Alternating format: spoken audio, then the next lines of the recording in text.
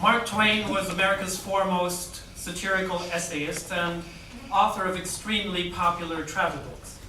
At the time they were published, the travel books Innocents Abroad, Following the Equator, Roughing It, and A Tramp Abroad were far more popular than his novels and short stories for which he is remembered today.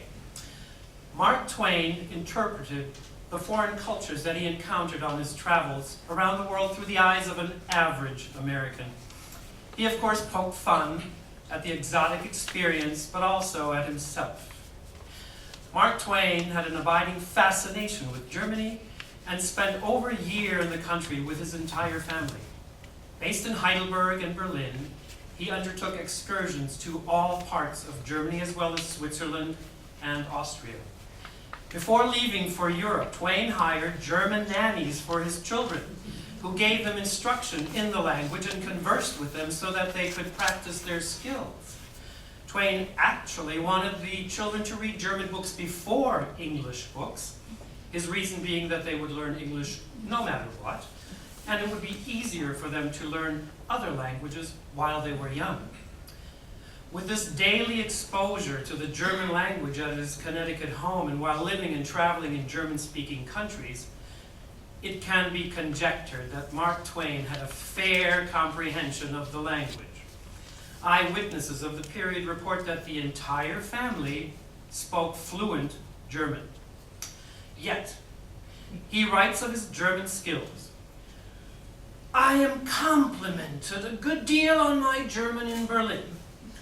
On one occasion, I emptied out a sentence of 47 words, and it had only 63 grammatical errors in it."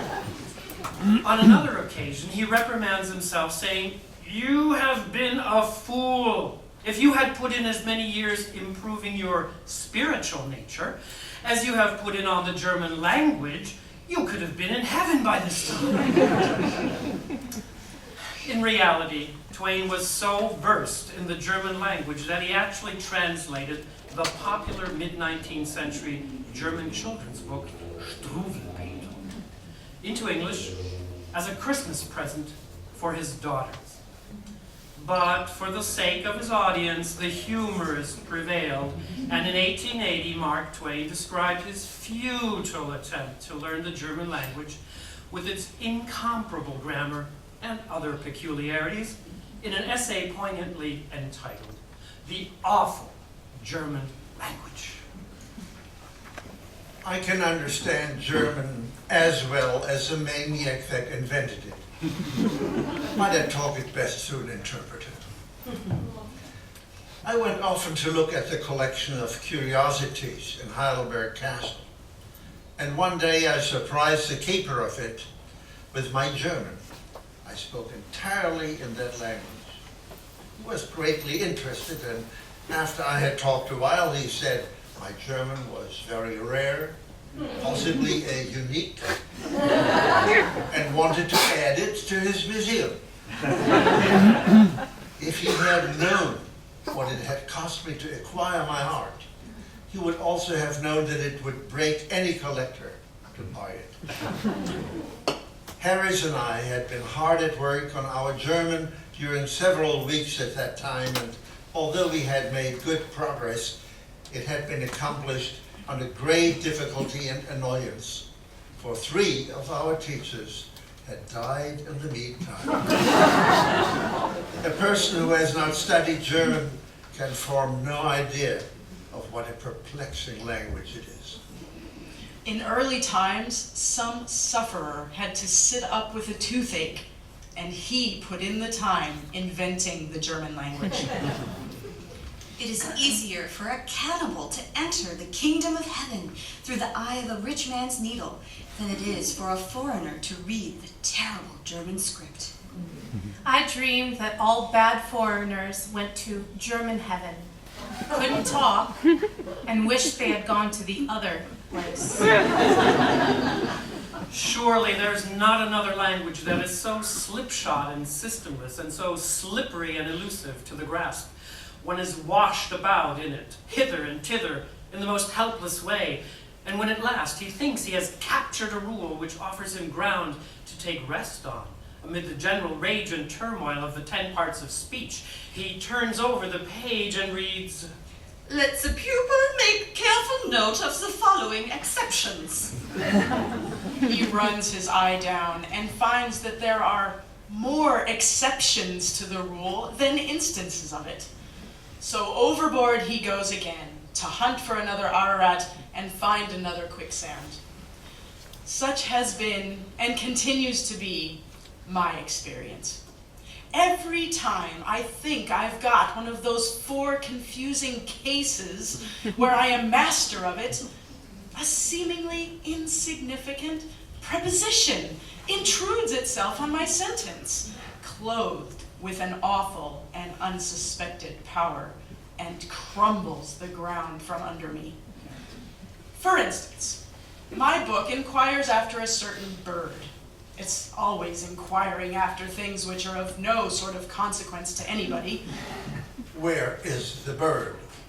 Now, the answer to this question, according to the book, is that the bird is waiting in the blacksmith shop on account of the rain. Of course, no bird would do that, but then you must stick to the book. Very well, I begin to cipher out the German for the answer. I begin at the wrong end, necessarily, for that is the German idea. I say to myself, Regen, rain, is masculine. Or maybe it's feminine. Or possibly neuter. It's too much trouble to look now. Therefore, it is either der, The Regen. or die, The Regen. or das, The Regen? according to which gender it may turn out to be when I look. In the interest of science, I will cipher it out on the hypothesis that it is masculine. Very well. Then the rain is der Regen, if it is simply in the quiescent state of being mentioned without enlargement or discussion, nominative case. But this rain is lying around in a kind of general way on the ground. It is then definitely located. It is doing something, that is resting, which is one of the German grammar's ideas of doing something. And this throws the rain into the dative case and makes it dem Regen. However, this rain is not resting, but is doing something actively. It is falling to interfere with the bird, likely. And this indicates movement, which has the effect of sliding it into the accusative case and changing dem Regen into den Regen. Having completed the grammatical horoscope of this matter, I answer up confidently and state in German that the bird is staying in the blacksmith shop wegen, on account of, den Regen. Then the teacher lets me softly down with the remark that whenever the word vegan drops into the sentence, it always throws that subject into the genitive case, regardless of consequences, and therefore this bird stayed in the blacksmith shop vegan des Regens. Nota bene, I was informed later by a higher authority that there was an exception which permits one to say vegan den Regen in certain peculiar and complex circumstances, but that this exception is not extended to anything but rain. There are 10 parts of speech, and they are all troublesome. An average sentence in a German newspaper is a sublime and impressive curiosity. It occupies a quarter of a column. It contains all the 10 parts of speech, not in regular order, but mixed. It is built of mainly compound words constructed by the writer on the spot, and not to be found in any dictionary. 6 or 7 words compacted into one, without joint or seam. That is, without hyphens. It treats of 14 or 15 different subjects, each enclosed in a parenthesis of its own, with here and there extra parentheses, which re-enclose 3 or 4 of the minor parentheses, making pens with pens. Finally, all the parentheses and re-parentheses are massed together between a couple of king parentheses, one of which is placed in the first line of the majestic sentence and the other in the middle of the last line of it, after which comes the verb, and you find out for the first time what the man has been talking about. Whenever the literary German dives into a sentence, that's the last you're going to see it. Till he emerges on the other side of his Atlantic with his verb in his mouth. And after the verb, merely by way of ornament as far as I can make out, the writer shovels in haben sind gewesen gehabt haben geworden sein. Or words to that effect, and the monument is finished.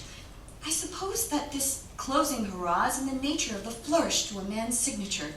Not necessary, but pretty.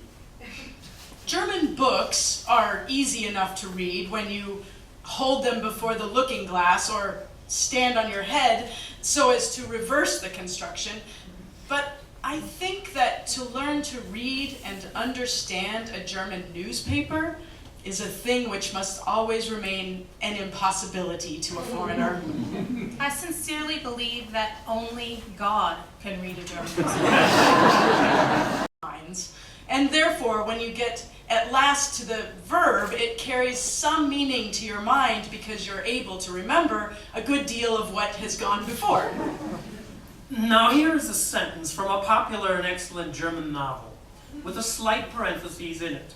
I will make a perfectly literal translation and throw in the parentheses marks and some hyphens for the assistance of the reader. Though in the original there are no parentheses marks or hyphens, and the reader is left to flounder through to the remote verb the best way he can. But when he, upon the street, the In satin and silk covered, now very unconstrained after the newest fashion dressed. government counselor's wife met, etc., etc. That is from The Old Mamselle's Secret by Mrs. Marlitt, and that sentence is constructed upon the most approved German model. You observe how far that verb is from the reader's base of operations. Well, in a German newspaper, they put the verb away on the other page. And I have heard that sometimes, after stringing along the exciting preliminaries and parentheses for a column or two, they get in a hurry and have to go to press without getting to the verb at all. Of course, then the reader's left in a very exhausted and ignorant state. We have the parenthesis disease in our literature too, and one may see cases of it every day in our books and newspapers. But with us, it is the mark and sign of an unpracticed writer or a cloudy intellect. Whereas with the Germans, it is doubtless the mark and sign of a practiced pen and of the presence of that sort of luminous intellectual fog which stands for clearness among these people. For surely it is not clearness. It necessarily can't be clearness. Even a jury would have penetration enough to discover that.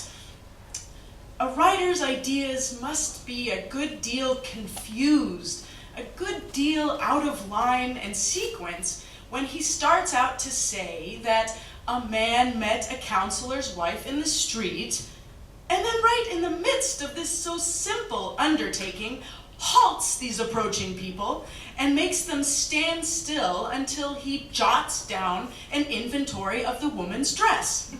That is manifestly absurd. It reminds a person of those dentists who secure your instant and breathless interest in a tooth by taking a grip on it with the forceps and then stand there and drawl through a tedious anecdote before they give the dreaded jerk.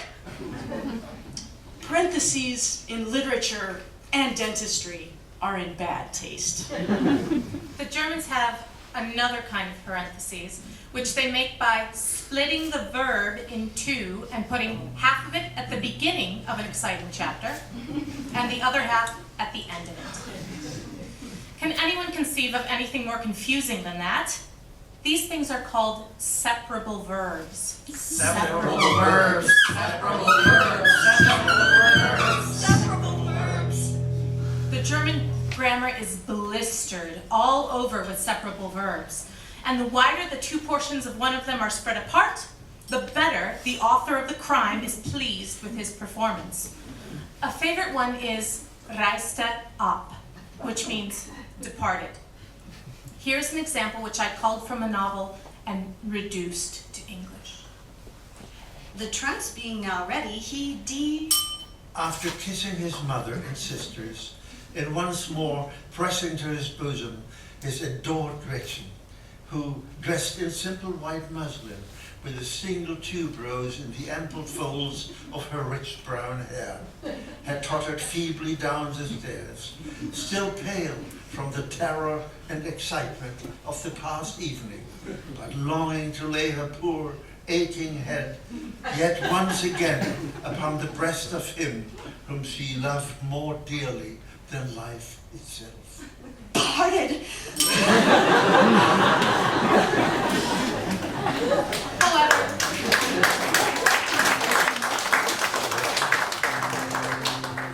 However, it is not well to dwell too much upon the separable verbs. One is sure to lose his temper early, and if he sticks to the subject and will not be warned, it will at last either soften his brain or petrify it.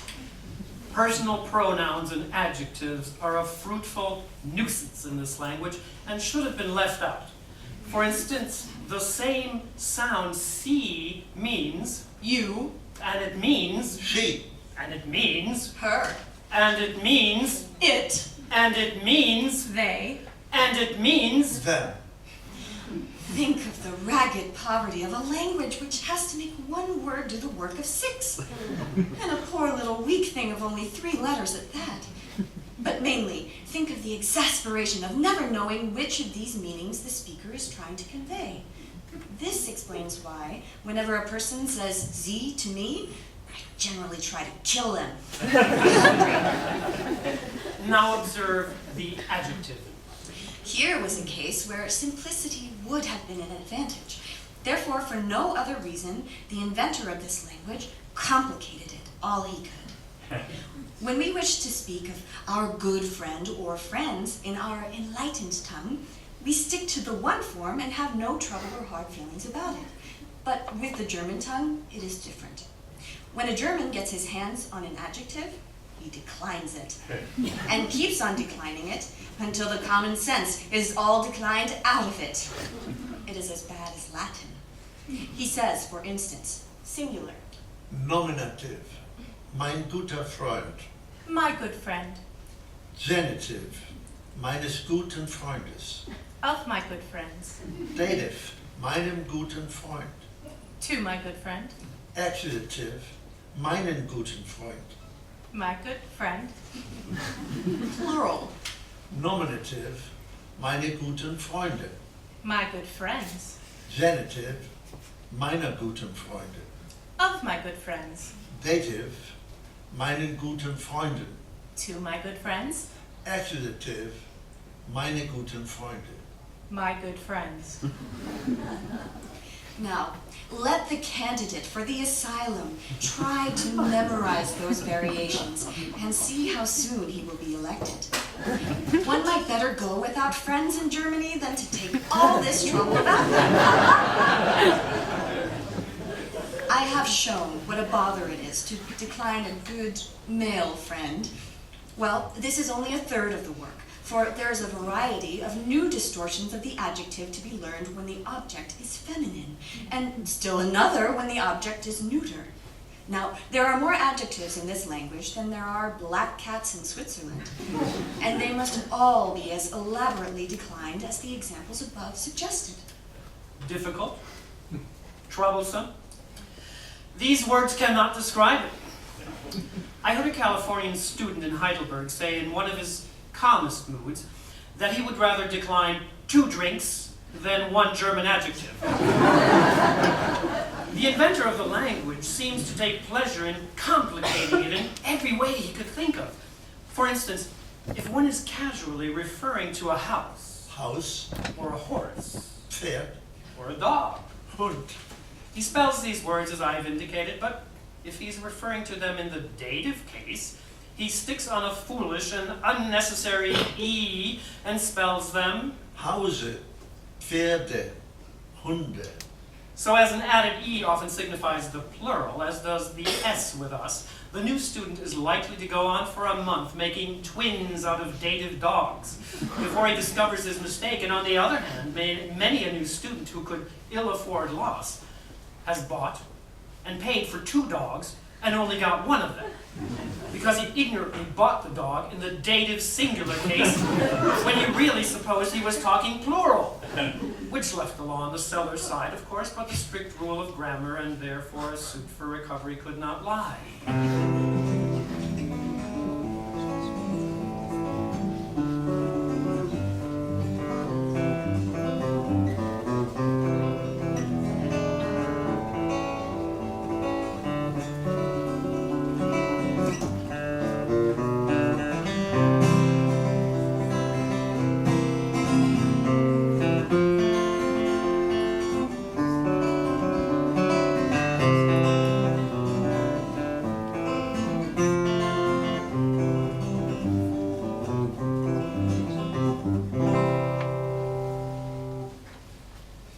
In German, all the nouns begin with a capital letter. Now that's a good idea. And a good idea in this language is necessarily conspicuous from its lonesomeness. I consider this capitalizing of nouns a good idea because, by reason of it, you are almost always able to tell a noun the minute you see it. You fall into error occasionally because you mistake the name of a person for the name of a thing and waste a good deal of time trying to dig a meaning out of it. German names almost always do mean something, and this helps to deceive the student. I translated a passage one day which said that The infuriated tigress broke loose and utterly ate up the unfortunate fir forest. Tannenwald. when I girded up my loins to doubt this, I found out that Tannenwald, in this instance, was a man's name. Every noun has a gender, and there is no sense or system in that distribution. So the gender of each must be learned separately and by heart. There is no other way. To do this, one has to have a memory like a memorandum book. In German, a young lady has no sex, while a turnip has. Think what overwrought reverence that shows for the turnip, and what callous disrespect for the girl. See how it looks in print. I translate this from a conversation in one of the best of the German Sunday school books. Gretchen. Wilhelm, where is the turnip? Wilhelm. She has gone to the kitchen. Gretchen. Where is the accomplished and beautiful English maiden? Wilhelm. It has gone to the opera.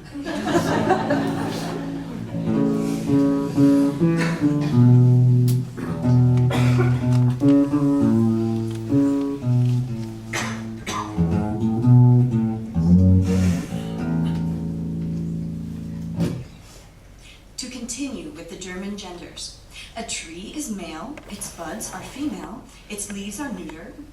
Horses are sexless, dogs are male, cats are female, tomcats included, of course.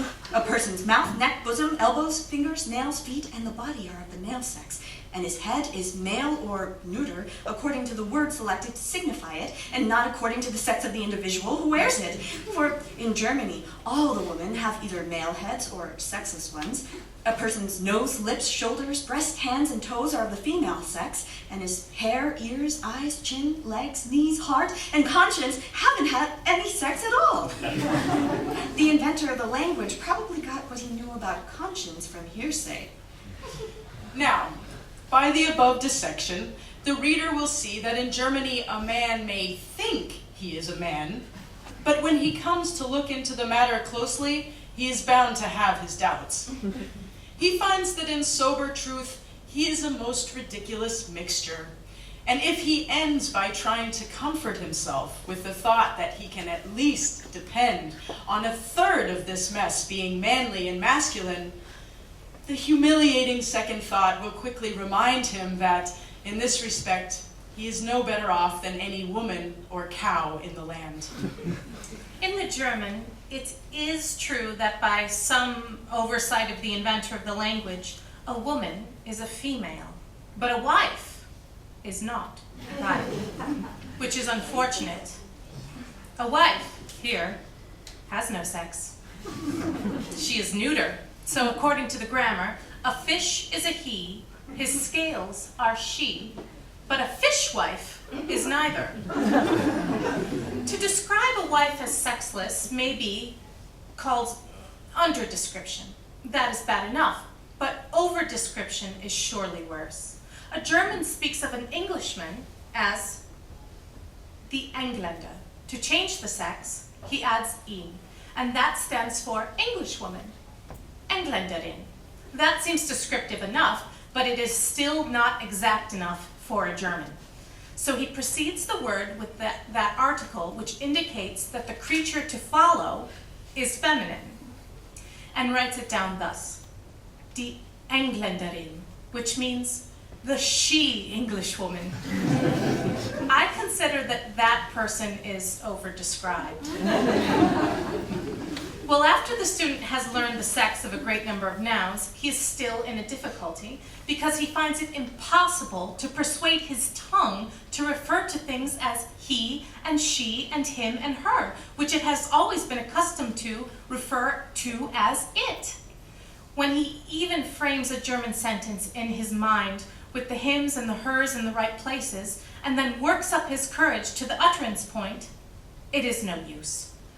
The moment he begins to speak, his tongue files the tracks, and all those labored male and females come out as its. And even when he is reading German to himself, he always calls those things it, whereas he ought to read it in this way. Tale of the fishwife and its sad fate. It is a bleak day. Hear the rain, how he pours, and the hail, how he rattles, and see the snow, how he drifts along, and of the mud, how deep he is. Ah, the poor fishwife, it is stuck fast in the mire. It has dropped its basket of fishes, and its hands have been cut by the scales as it seized some of the falling creatures, and one scale has even got into its eye, and it cannot get her out. And she will surely escape with him. No, she bites off a fin. She holds her in her mouth. Will she swallow her? No, the fishwife's brave mother dog deserts his puppies and rescues the fin, which he eats himself as his reward. Oh horror, the lightning has struck the fish basket. He sets him on fire. See the flame, how she licks the doomed utensil with her red and angry tongue. Now she attacks the helpless fishwife's foot. She burns him up, all but the big toe, and even she is partly consumed. And still she spreads, still she waves her fiery tongues. She attacks the fishwife's leg and destroys it. She attacks its hands and destroys her also. She attacks the fishwife's poor worn garment and destroys her also. She attacks its body and consumes him. She wreathes herself about its heart, and it is consumed. Next about its breast, and in a moment she is a cinder. Now she reaches its neck. He goes. Now its chin. It goes. Now its nose. She goes. In another moment, except help come, the fishwife will be no more. Time presses. Is there none to succor and save? Yes, joy, joy, with flying feet, the she-Englishwoman comes. But alas, the generous she-female is too late. Where now is the fated fishwife? It has ceased from its sufferings. It has gone to a better land, all that is left of it, for its loved ones to lament over, is this poor, smouldering ash heap. Ah, woeful, woeful ash heap, let us take him up tenderly, reverently, upon the lowly shovel, and bear him to his long rest. With a prayer that when he rises again, it will be a realm where he will have one good square responsible sex and have it all to himself, instead of having a mangy lot of assorted sexes scattered all over him in spots.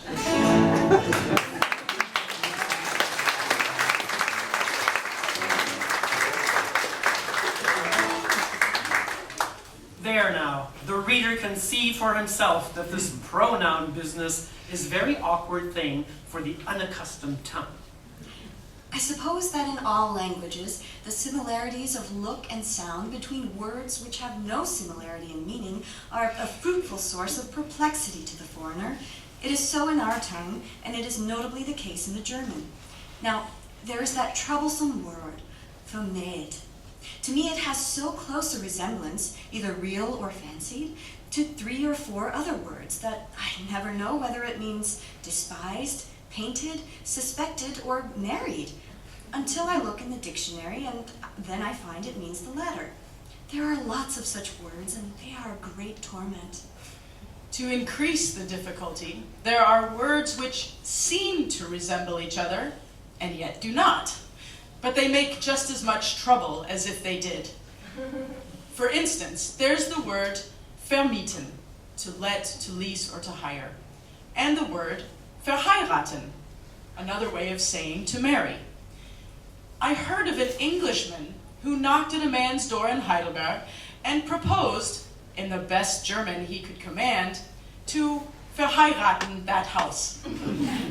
Then there are some words which mean one thing when you emphasize the first syllable, but mean something very, very different if you throw the emphasis on the last syllable. For instance, there is a word which means a runaway, or the act of glancing through a book, according to the placing of the emphasis. And another word which signifies to associate with a man, or to avoid him, according to where you put the emphasis. And you can generally depend on putting it in the wrong place and getting into trouble. There are some exceedingly useful words in this language. Schlag, for example, and Zug. There are 3/4 of a column of Schlags in the dictionary and a column and a half of Zugs. The word Schlag means Blow, stroke, Dash, hit, shock, Clap, slap, time, Bar, coin, stamp, kind, sort, manner, way. apoplexy, woodcutting, enclosure, field, forest clearing. This is its simple and exact meaning. That is say it's restricted, it's fettered meaning, but there are ways by which you can set it free so that it can soar away, as on the wings of the morning, and never be at rest. You can hang any word you please to its tail and make it mean anything you want to. You can begin with Schlagader, which means artery, and you can hang on the whole dictionary, word by word, clear through the alphabet. Schlagwasser, which means bilge water, and including Schlagmutter, which means mother-in-law. Just the same with Zug.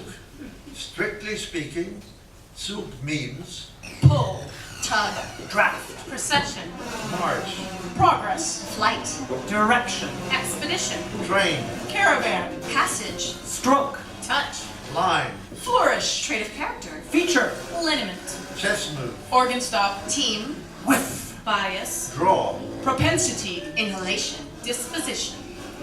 But that thing which it does not mean, when all its legitimate pennants have been hung on, has not been discovered yet. One cannot overestimate the usefulness of Schlag and Zug. Armed just with these two and the word also, cannot the foreigner on German soil accomplish. The German word also is the equivalent of the English phrase, you know. It does not mean anything at all. In talk, though it sometimes does in print. Every time a German opens his mouth, an also falls out, and every time he shuts it, he bites one in two and was trying to get out. Now the foreigner, equipped with these three noble words, is master of the situation. Let him talk right along, fearlessly. Let him pour his indifferent German forth, and when he lacks for a word, let him heave a Schlag into the vacuum. All chances are that it fits, like a plug, but if it doesn't, let him promptly heave a Zug after it. The two together can hardly fail to bunge the whole, but if, by a miracle, they should fail, let him simply say, also. And this will give him a moment's chance to think of the needful word. In Germany, when you load your conversational gun, it is always best to throw in a Schlag or two and a Zug or two, because it doesn't make any difference how much the rest of the charge may scatter, you are bound to bag something with them. Then you blandly say, also, and load up again. Nothing gives such an air of grace and elegance and unconstraint to a German conversation or an English conversation as to scatter it full of alsos and you knows. In my notebook, I find this entry. July 1st. In the hospital yesterday, a word of 13 syllables was successfully removed from a patient. A North German from near Hamburg. But as most unfortunately, the surgeons had opened him in the wrong place, under the impression that he contained a panorama, he died. The sad event has cast a gloom over the whole community. That paragraph furnishes a text for a few remarks about one of the most curious and notable features of my subject, the length of German words. Some German words are so long that they have a perspective. Observe these examples. Freundschaftsbezeigungen, Dilettanten auf Dringlichkeiten, Stadtverordnetenversammlungen. These are not words. They are alphabetical processions. And they are not rare. One can open a German newspaper at any time and see them marching majestically across the page. And if he has any imagination, he can see the banners and hear the music too. They impart a martial thrill to the meekest subject. I take a great interest in these curiosities, and whenever I come across a good one, I stuff it and put it in my museum. In this way, I have made quite a valuable collection. When I get duplicates, I exchange them with other collectors and thus increase the variety of my stock. Here are some specimens which I lately bought at an auction sale of the effects of a bankrupt bric-a-brac hunter. Generalstaatsverordnetenversammlungen. Altertumswissenschaft.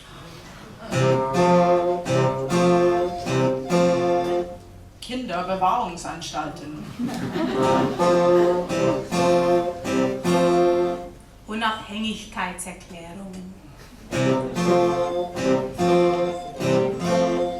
Wiedererstellung Bestrebungen.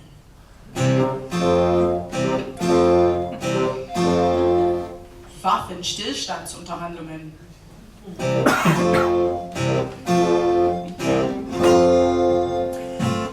Of course, when one of these grand mountain ranges goes stretching across the printed page, it adorns and ennobles the literary landscape, but at the same time it is a great distress to the new student, for it blocks up his way. He cannot crawl under it or climb over it or tunnel through it.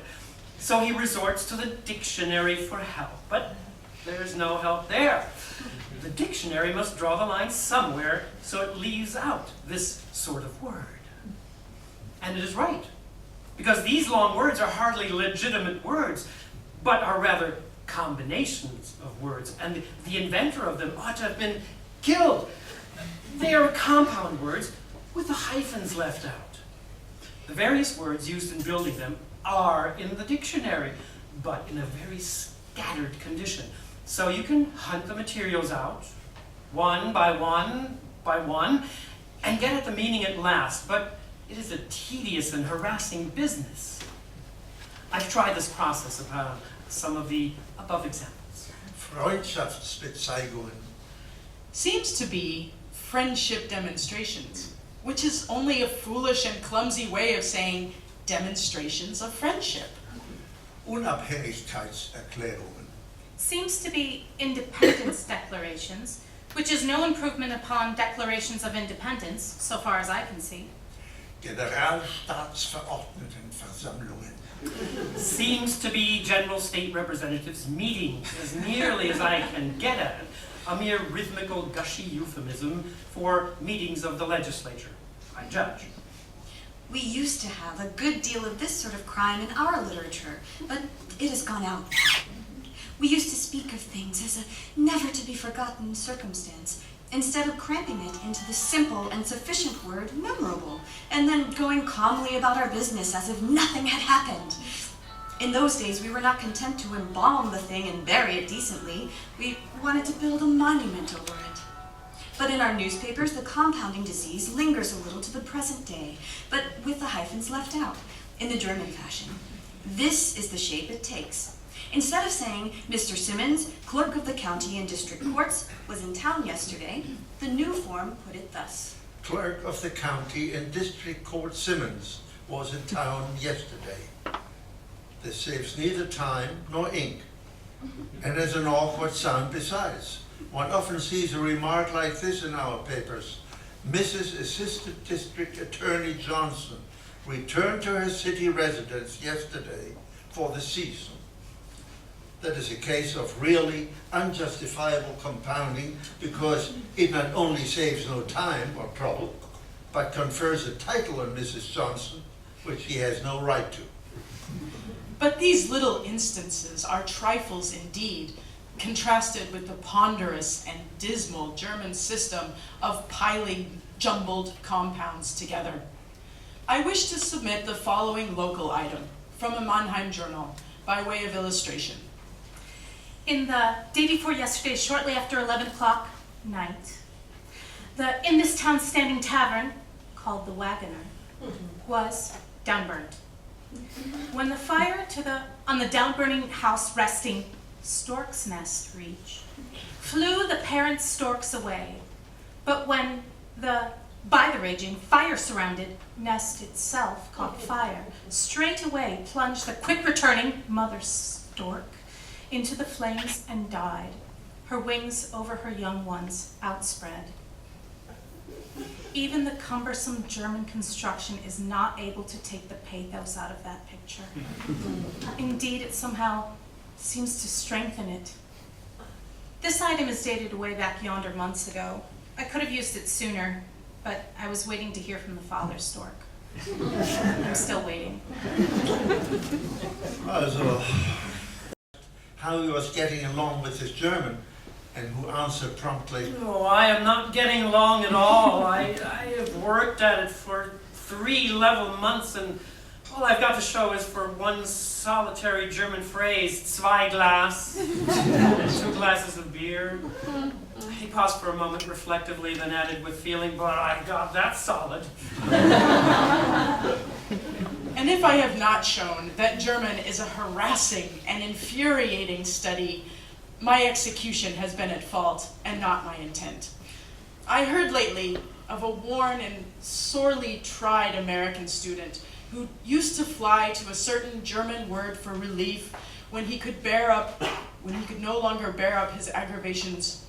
The only word whose sound was sweet and precious to his ear and healing to his lacerated spirit. This was the word, damn it. It was only the sound that helped him, not the meaning, as it merely means, in its general sense, herewith. When he, at last, learned that the emphasis was not on the first syllable, his only stay and support was gone, and he faded away and died.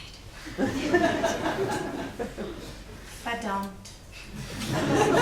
And its variations and enlargements are words which have plenty of meaning, but the sounds are so mild and ineffectual that German ladies can use them without sin. German ladies who could not be induced to commit a sin by any persuasion or compulsion promptly rip out one of these harmless little words when they tear their dresses or don't like the soup. It sounds about as wicked as our, my gracious. German ladies are constantly saying, Ach Gott, mein Gott, Gott im Himmel, Herrgott, der Herr Jesus. etc. They think our ladies have the same custom, perhaps, for I once heard a gentle and lovely old German lady say to a sweet young American girl, The 2 languages are so alike. How pleasant that is. We say, ach Gott, you say, Goddamn.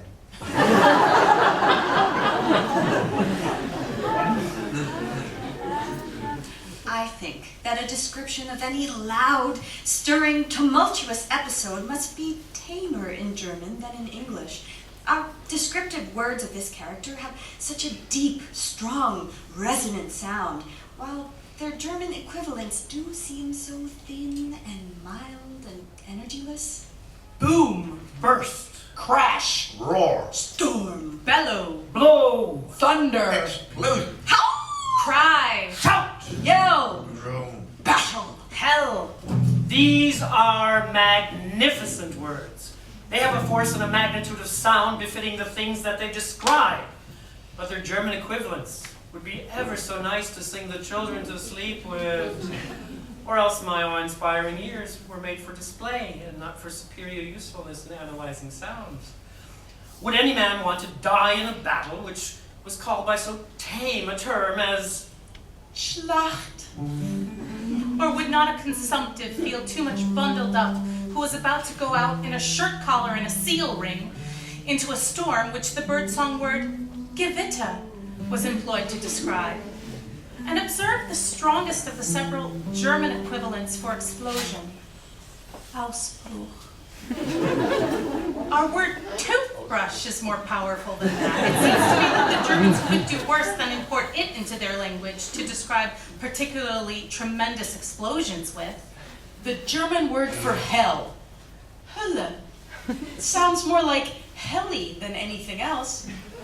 Therefore, how necessarily chipper, frivolous, and unimpressive it is. If a man were told in German to go there, could he really rise to the dignity of feeling insulted?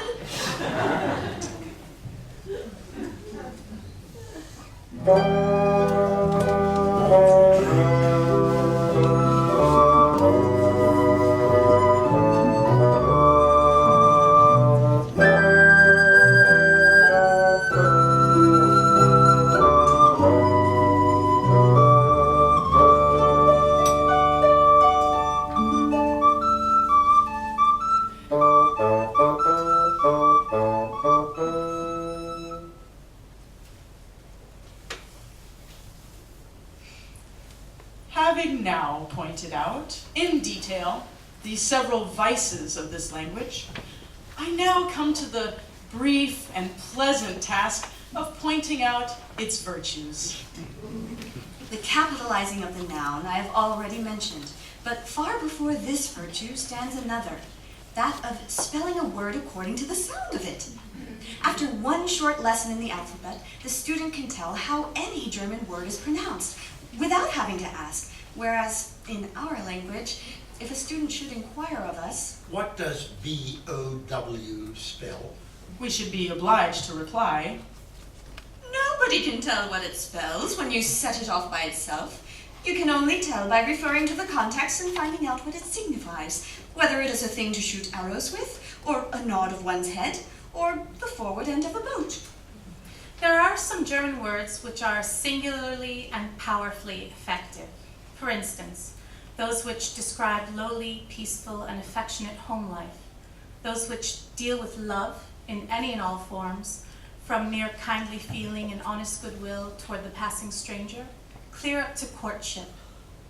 Those which deal with outdoor nature in its softest and loveliest aspects, with meadows and forests and birds and flowers, the fragrance and sunshine of summer, the moonlight of peaceful winter nights.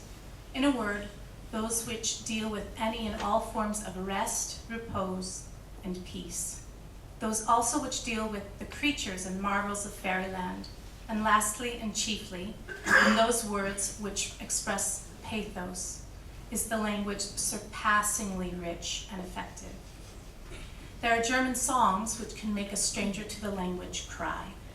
That shows that the sound of the words is correct. It interprets the meanings with truth and with exactness, and so the ear is informed, and through the ear, the heart. The Germans do not seem to be afraid to repeat a word when it is the right one. They repeat it several times if they choose.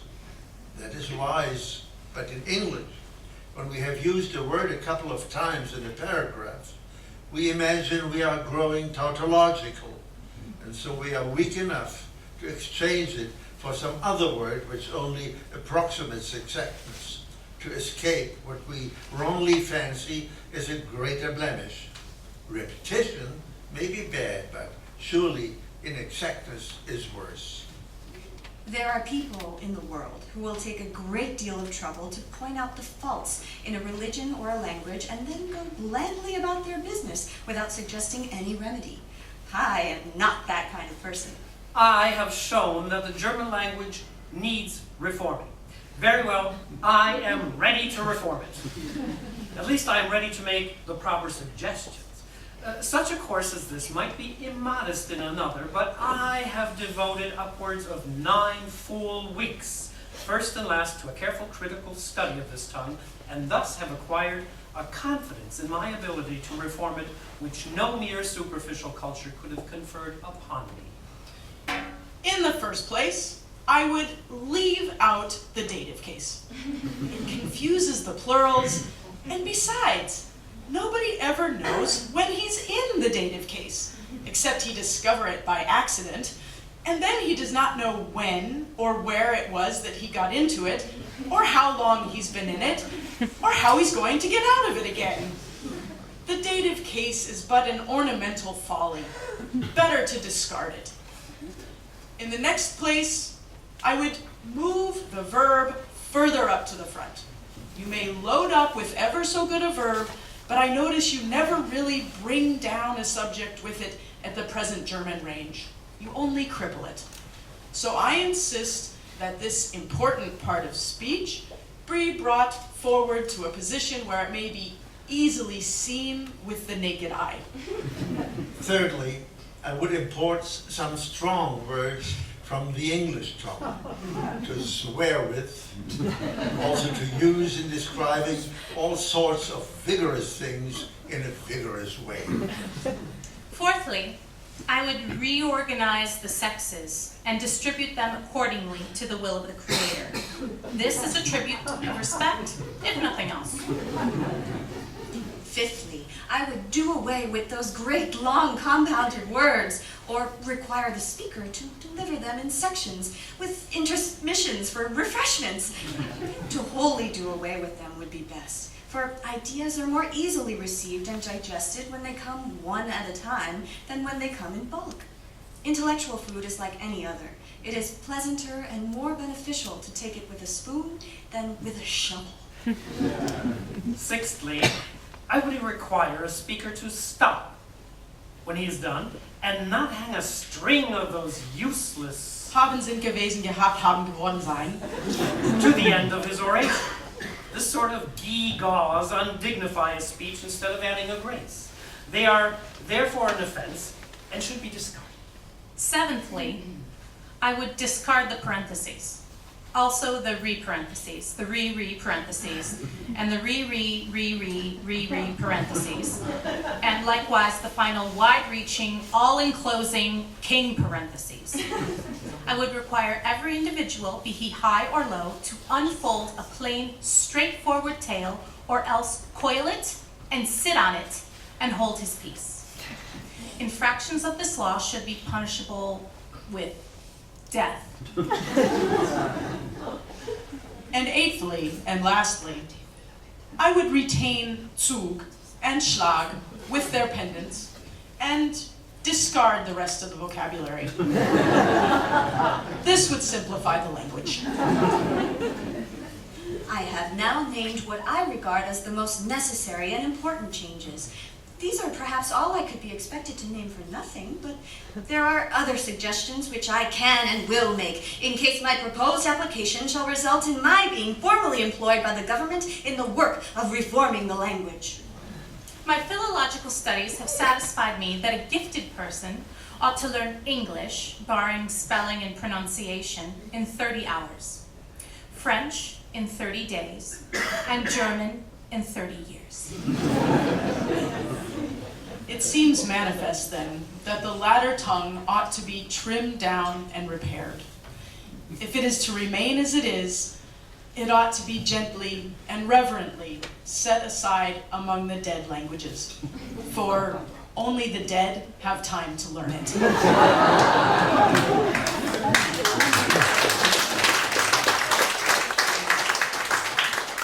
I never knew before what eternity was made for.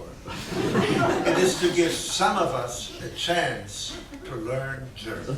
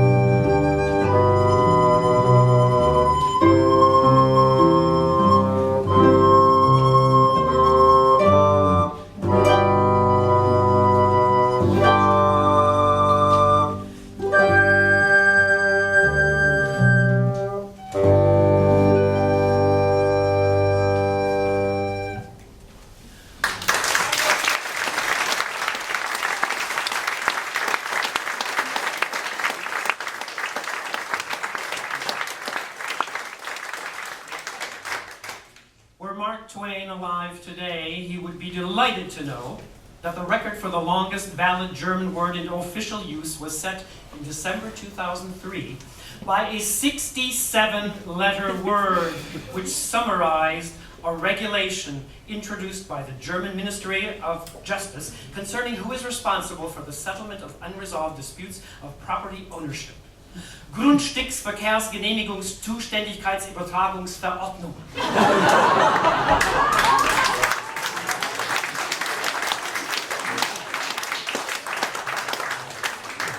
This regulation disappeared from the statute books in December 2007, however, much to the relief of typesetters everywhere.